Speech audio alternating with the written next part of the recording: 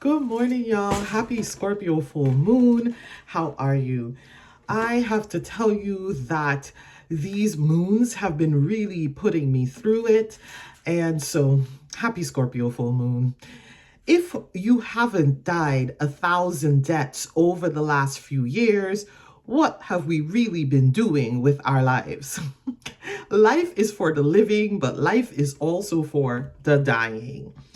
In true Scorpio style, we're going to go deep today as I examine the iconography of the death card in today's reading. A particular symbol I want to focus on, and that is the flag that the pale rider on the horse carries. The flag is the announcement that death has arrived yet again. The flag is black. It symbolizes the unconscious. And so I ask you today, are we comfortable yet in the unconscious? Are we comfortable yet in the darkness?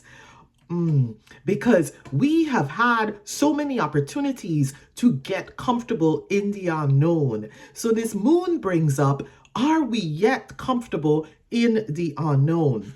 What we know that the darkness symbolizes is a return to the womb, a return to earth. It is a return to our creative chamber.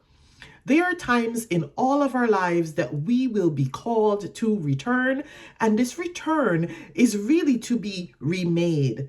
Sometimes it's through our conscious choice that we return, but most of the times it's a series of our conscious choices that has led us there, conscious or unconscious. So unconscious choices could have also led to this new transformation that's about to take place.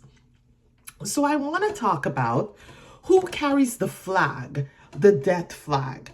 Well, the flag is carried by death itself. So death itself heralds the return for you to go.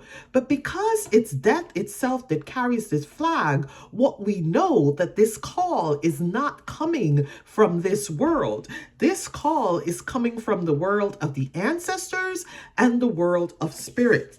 So when we are called to our little debts and even our big debts, what we do know is it's a call from the ancestors and spirit.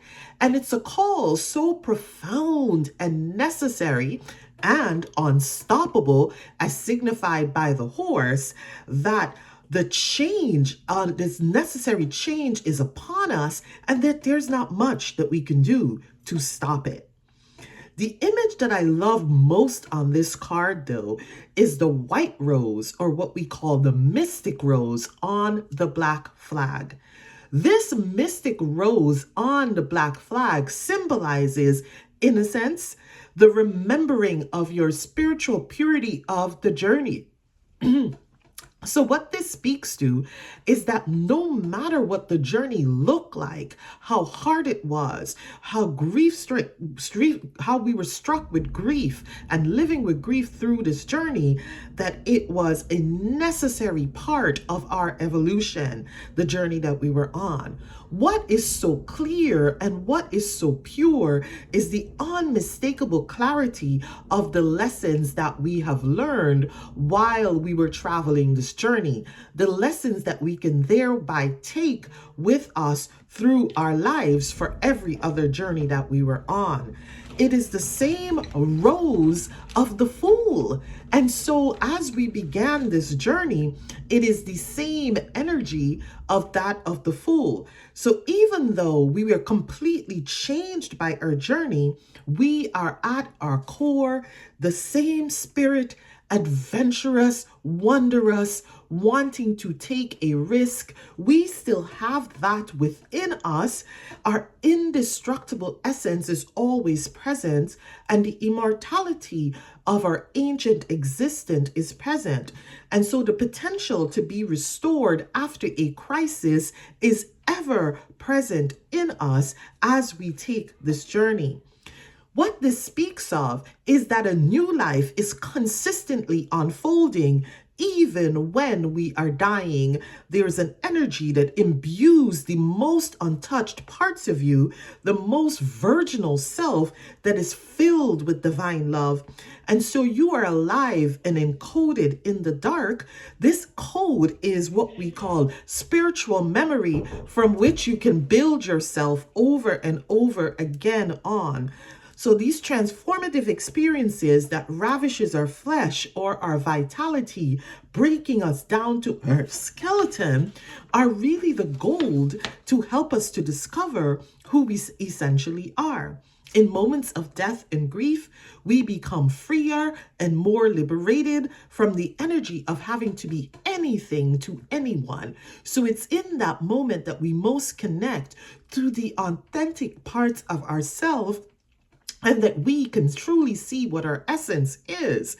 So the call for this full moon, or the action behind this full moon, is, are we feeding and nourishing our inner codes of remembrance?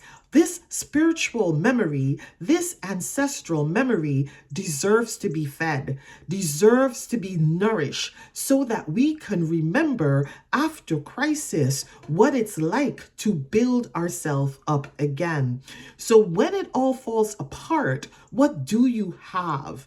What is your mystic rose? What is your holy grail? What aspects of yourself do you uphold in deep devotion? That is the question, and that is the action behind this full moon. And the plants that I like to work with are elder flowers, but also flower essences. That of Datura and angel trumpet are great because they walk the line between life and death. These plants do. And so these flower essences that work on our emotional body can really help out during this Scorpio full moon. I am so happy to see us more comfortable in the space of release and letting go. And I look forward to the new life that's encoded within you. Until then, take really good care of yourselves. Bye-bye.